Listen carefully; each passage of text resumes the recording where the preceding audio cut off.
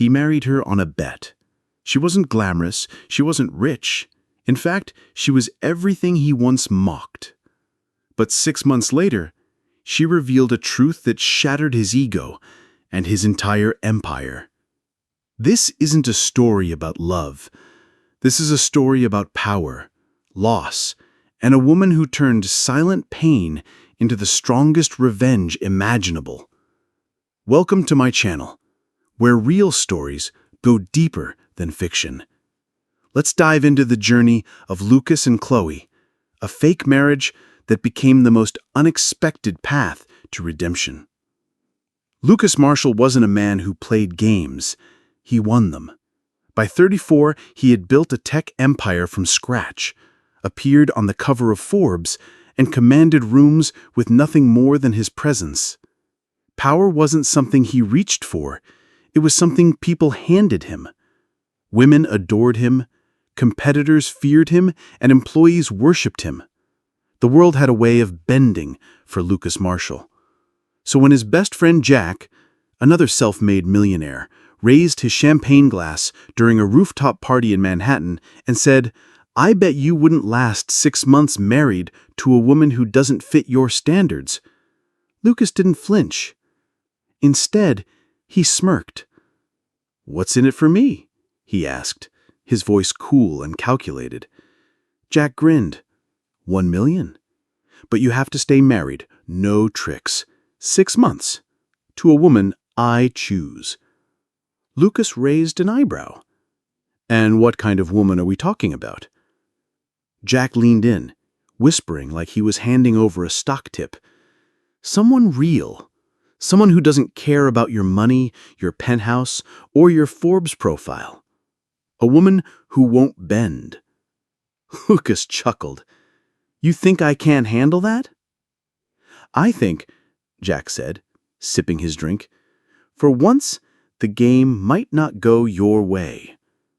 Before we go any further, comment where in the world you are watching from, and make sure to subscribe because tomorrow's story is one you don't want to miss. Days later, Lucas received a name, Chloe Richards, a community researcher, outspoken, intelligent, unapologetically herself. She didn't fit into Lucas's world of luxury and control. She lived in a modest Brooklyn apartment, took the subway to work, and wore confidence like armor. Lucas did what he always did, prepared to win. The first meeting was staged at Le Grand Marais, a restaurant where a single plate could cost the average person their weekly groceries. Lucas arrived early, dressed like he always did, sharp suit, tailored confidence, and a hint of calculated charm. When Chloe walked in, Lucas didn't just see a woman who defied his usual type. He saw something else. Stillness. A presence. She didn't look around nervously or marvel at the chandeliers. She walked straight to the table, met his eyes, and said, "You must be Lucas Marshall." He stood, extended his hand, "And you must be Chloe Richards." She shook it, firmly, no hesitation. Chloe sat, folded her napkin neatly, and didn't waste a second. "Let's not waste time. I know about the bet. The 6 months, the conditions." Lucas blinked once, surprised, but composed. "And yet you still came." She replied, voice steady, "I have my reasons. I'm not naive.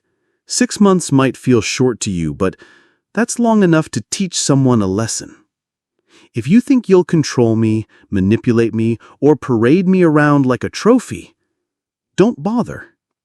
Lucas smiled, not out of condescension, but out of intrigue, because for the first time, he wasn't sure how this game would end. Lucas Marshall didn't see it as a dare.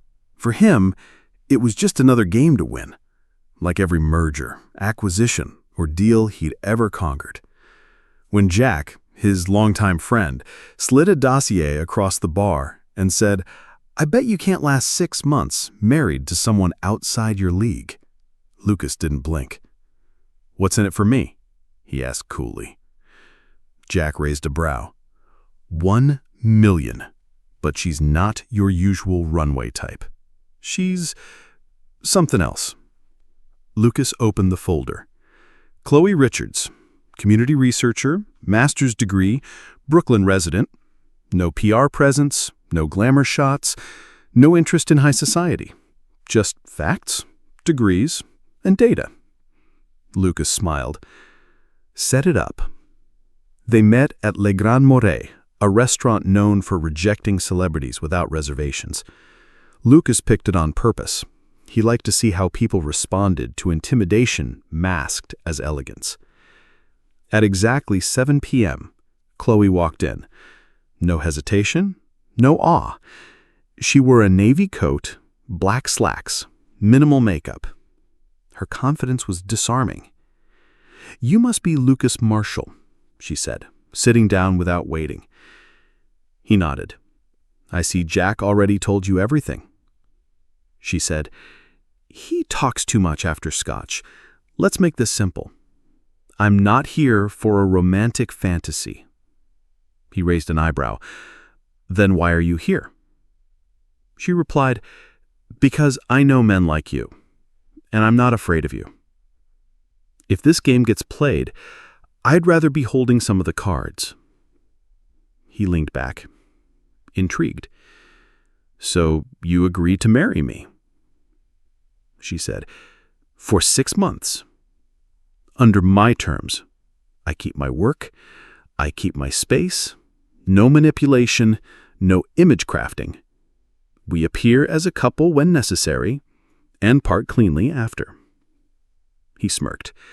"You think I'll try to change you?" She said, "I know you will, and I want to see what happens when you fail." Dinner continued, but neither of them ate much. It was a conversation of sharp edges. No flirting, just verbal chess. Before they left, Lucas offered a final question. "What if something unexpected happens?" Chloe stood up, calm as ever. "Then let's make one more rule. Don't fall in love." He smiled. "I don't believe in love." She looked at him squarely. "That's what makes this dangerous." The next morning, they signed the contract. 6 months. Legal marriage. No strings. Only stakes. The wedding was quieter than a corporate merger. No music, no guests, no cake, just 2 signatures, a handshake, and the click of a pen in a sterile city clerk's office. Chloe wore a gray coat over a black dress. Lucas wore his usual, a tailored suit, a crisp shirt, and the air of someone who'd closed bigger deals before lunch.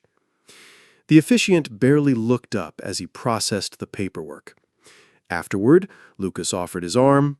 Chloe didn't take it. Instead, she walked beside him. Not behind, not ahead, just beside. Outside, a black car waited. Lucas opened the door for her, a reflex more than courtesy. The ride to his penthouse was silent. "You'll have your own room," he said, eyes on the road. "Furnished however you like." "I won't be spending much time there," Chloe replied, looking out the window. "I work." He glanced at her. "You won't need to." "I do it because I want to, not because I have to." Lucas didn't respond. He wasn't used to pushback after a wedding, especially not from the bride. The elevator ride to the 42nd floor felt longer than usual. When the doors opened, Lucas gestured toward the grand double doors of his penthouse. "Welcome to your new, temporary home." She stepped inside and took in the space without awe. Floor-to-ceiling windows bathed the apartment in city light. Minimalist furniture, polished marble, everything curated, cold, perfect, lifeless. She dropped her coat on a chair and said, "I'll need a desk." Lucas raised an eyebrow. "A desk? For work, where I can think." He nodded. "Done." She walked to the window, stared at the glittering skyline. 6 months. she said softly, without turning. Not a day more. Lucas studied her silhouette, unsure if she was warning him or herself. The next few days were a dance of silence and structure. Lucas arranged for a private chef, a driver, a housekeeper. Chloe declined them all. She kept her old coffee maker, her subway pass, and insisted on doing her own laundry. Lucas watched, mildly irritated. He was used to women adapting to his life. Chloe, however, was dragging her own rhythm into his world, unapologetically. He tried small provocations, luxury gifts, exclusive event invites, discreet attempts to steer her time. She refused them all without drama. No arguments, just polite, immovable refusal. He offered her a limitless credit card. She handed it back. Money isn't the leverage you think it is. Lucas had expected friction. He hadn't expected immunity. At night, they shared space, but not words. Chloe would read in the guest room. Lucas would pace the living room, pretending to focus on emails. They were married on paper, but strangers in practice. And for the first time in a long time, Lucas Marshall wasn't sure if he was winning or even playing the right game. Lucas had always believed that control wasn't taken. It was offered, often unknowingly. People gave it up when they were impressed, seduced, or made to feel small. And he'd mastered all three. But Chloe gave him nothing. 2 weeks into the marriage, she hadn't changed her routines.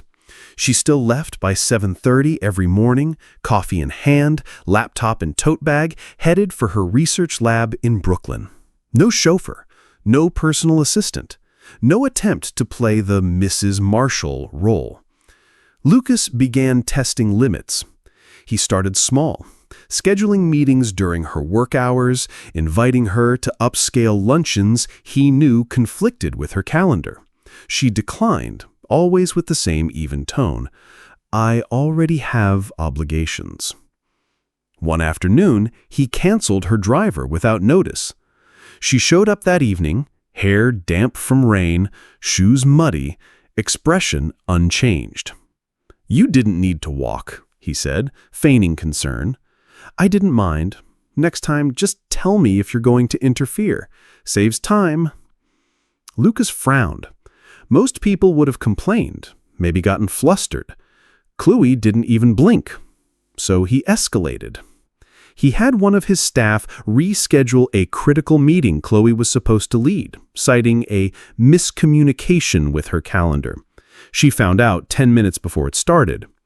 That night, she stood in the doorway of his home office, calm, composed. Don't touch my work, she said. Lucas didn't look up. You're overreacting. No, she said, you're overreaching.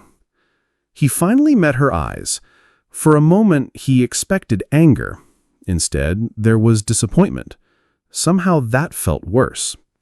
Chloe didn't yell. She didn't argue.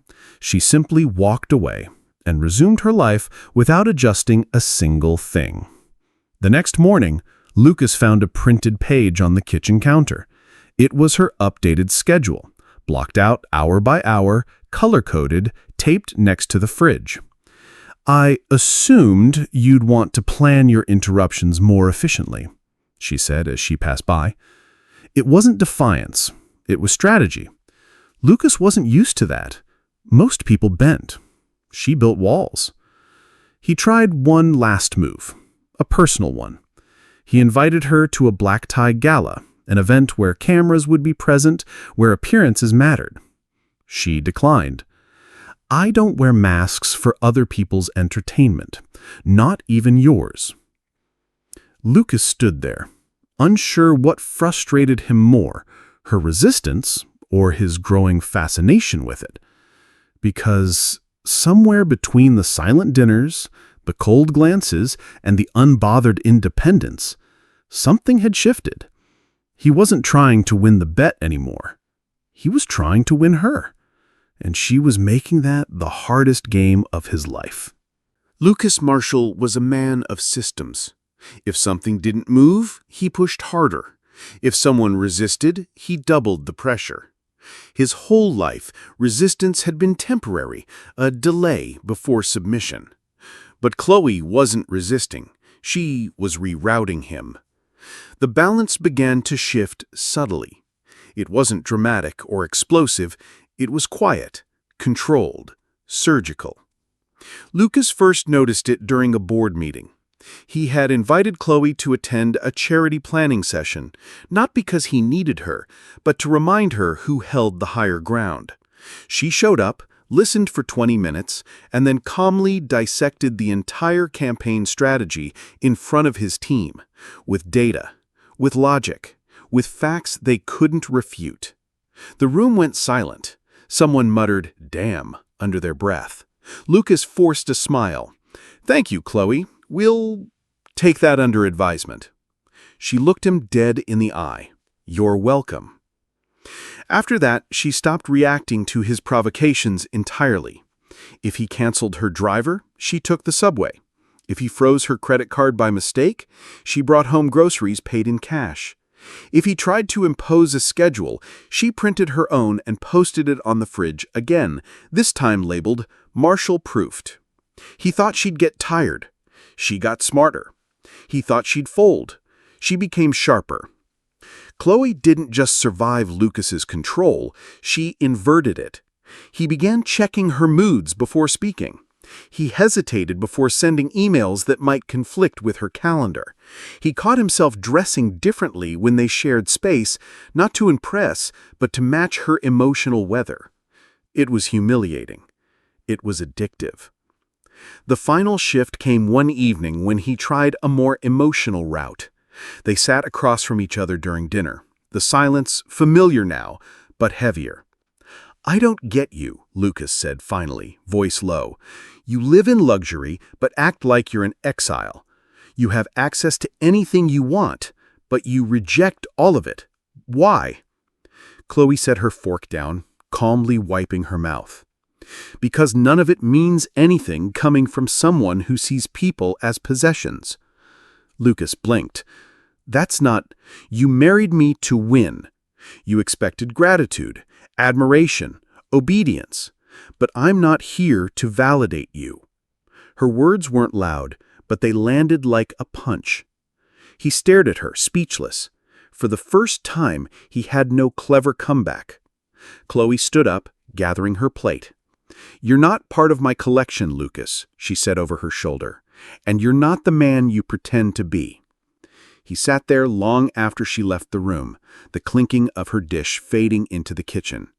For the first time in his adult life, Lucas Marshall realized he wasn't in control. He was being handled, and he didn't know how to stop it. Lucas noticed the shift before he understood it. Chloe had grown quieter. Not distant, not cold, just still. She no longer corrected him, no longer challenged his logic. She simply observed, listened, let him talk. It unsettled him more than all her earlier resistance. Something was coming. He could feel it.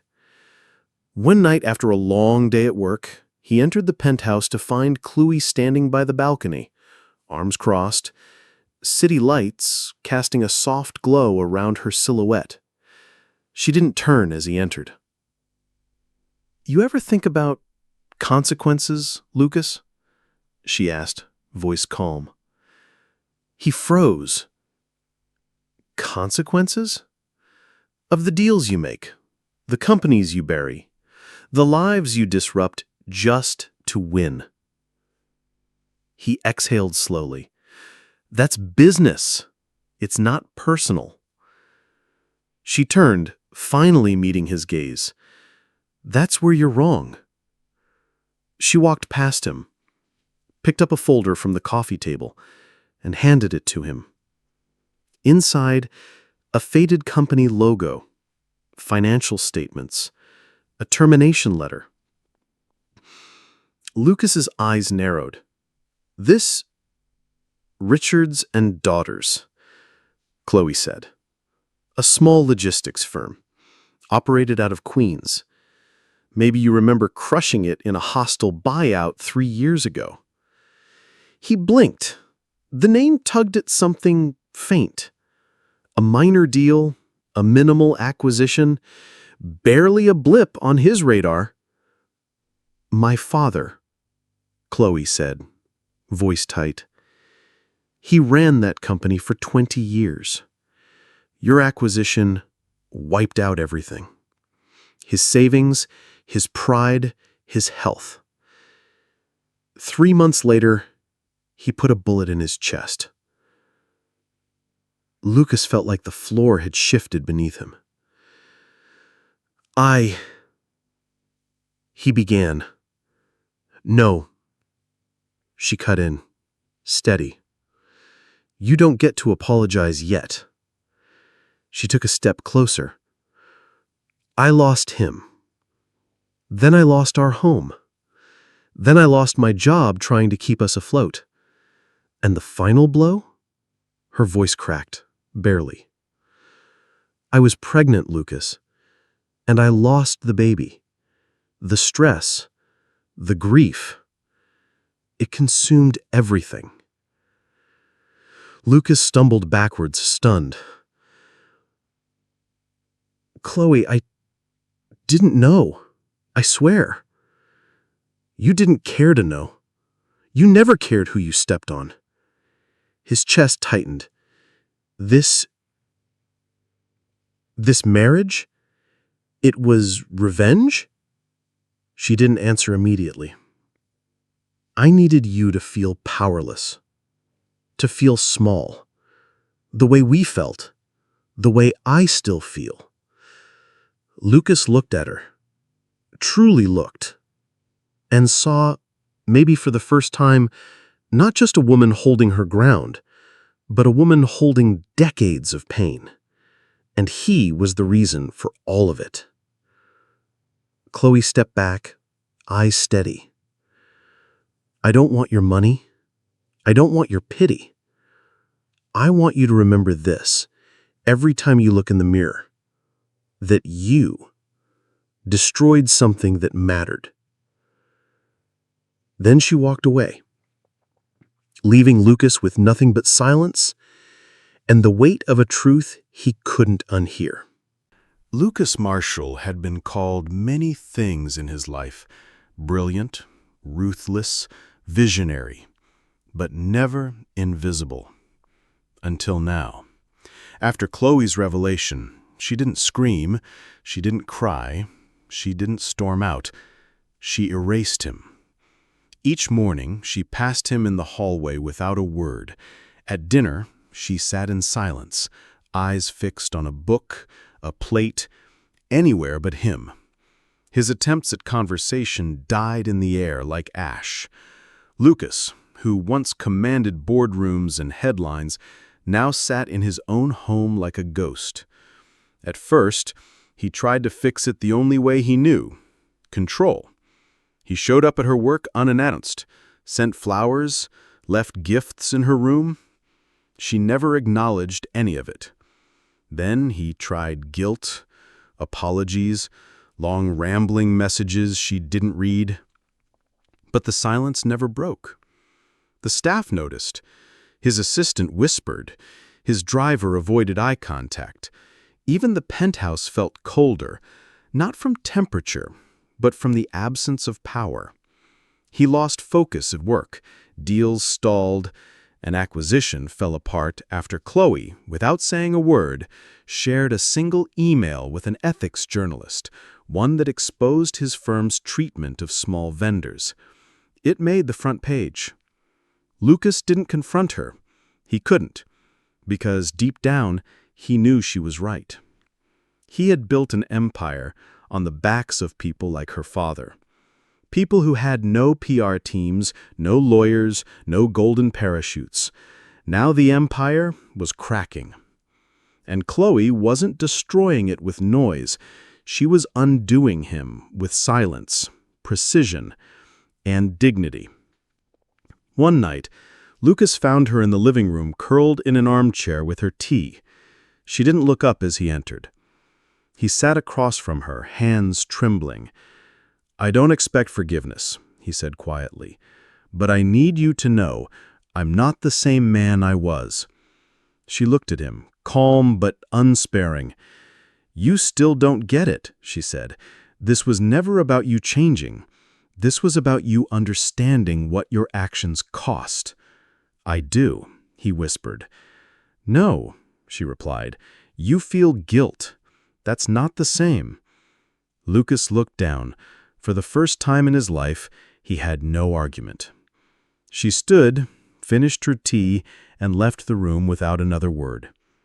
The door closed gently, but to Lucas, it echoed like a sentence. That night, he didn't sleep. Instead, he stared at the ceiling, consumed not by anger, but by clarity.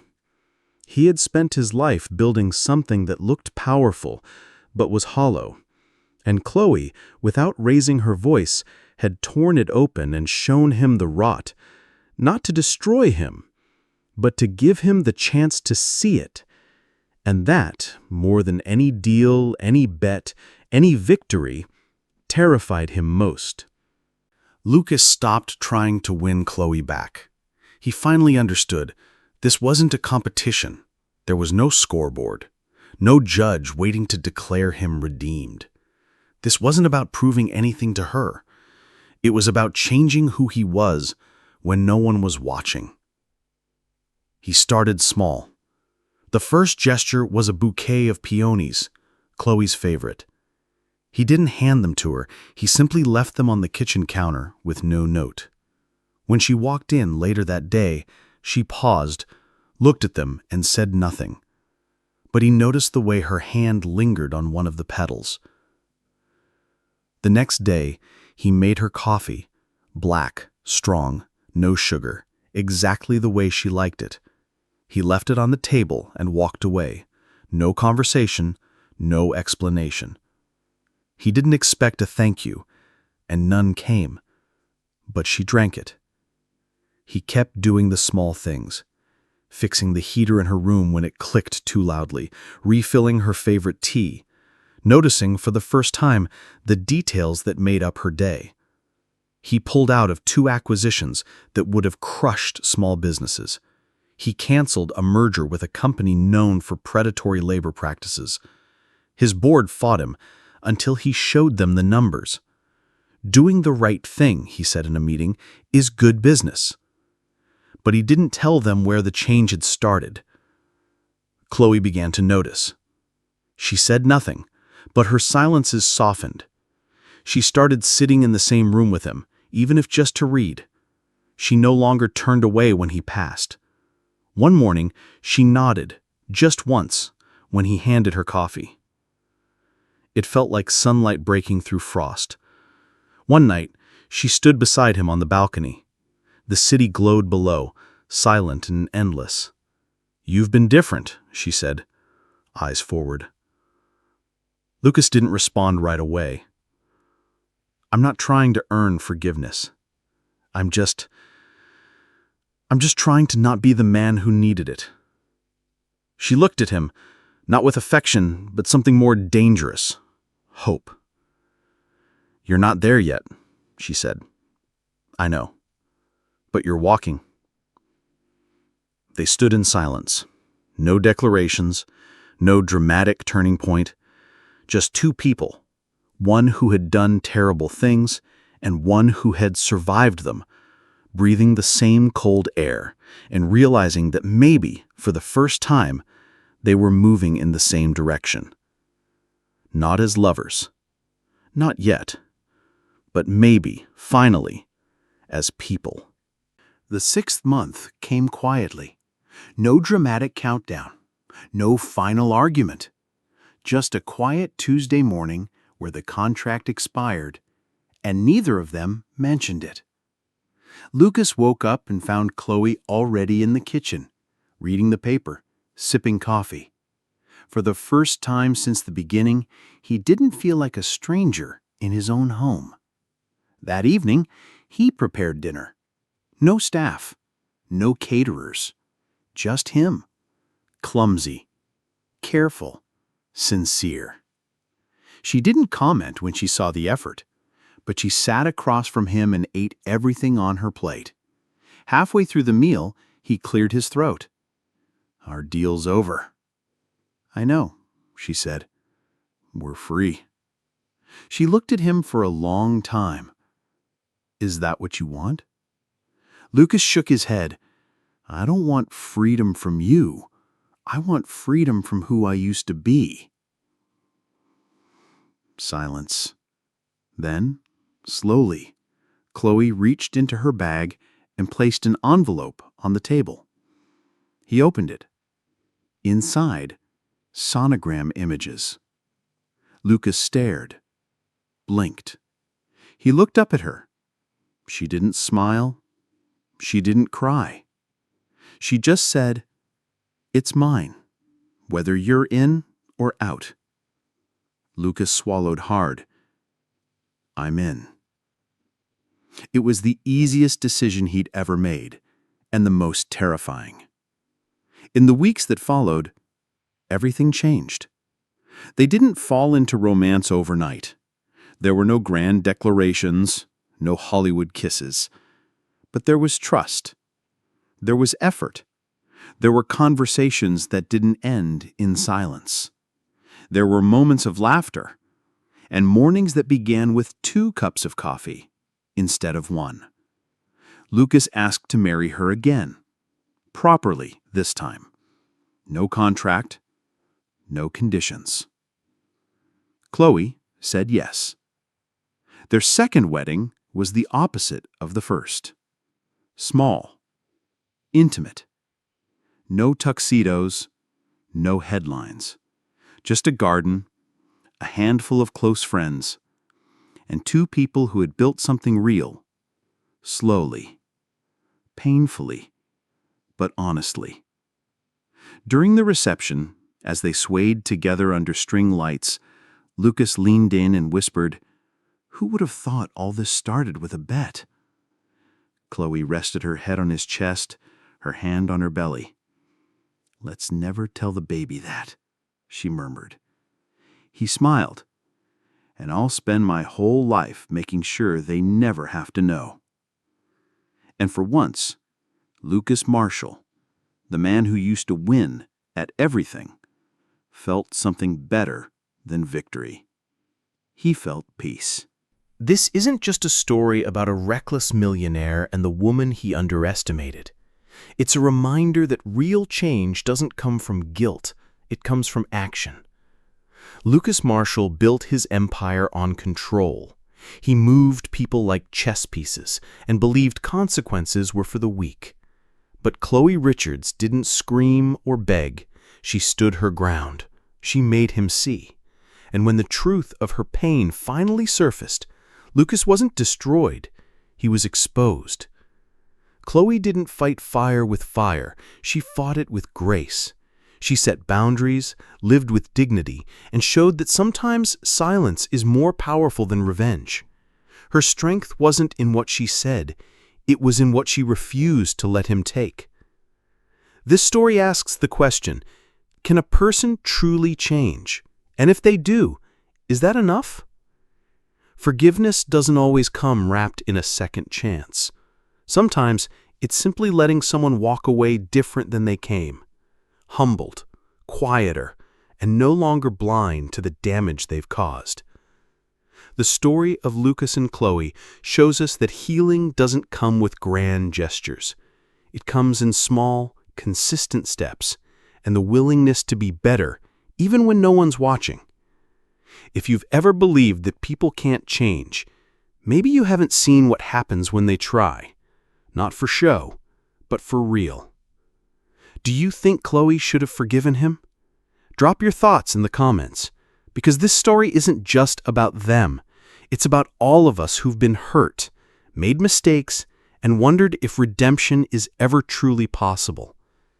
If this story moved you, hit like, share it with someone who needs to hear it, and subscribe for more powerful true life stories like this. Coming up next, a single father adopts a baby abandoned in a dumpster. 17 years later, the child returns the favor in a way that will break your heart and then heal it.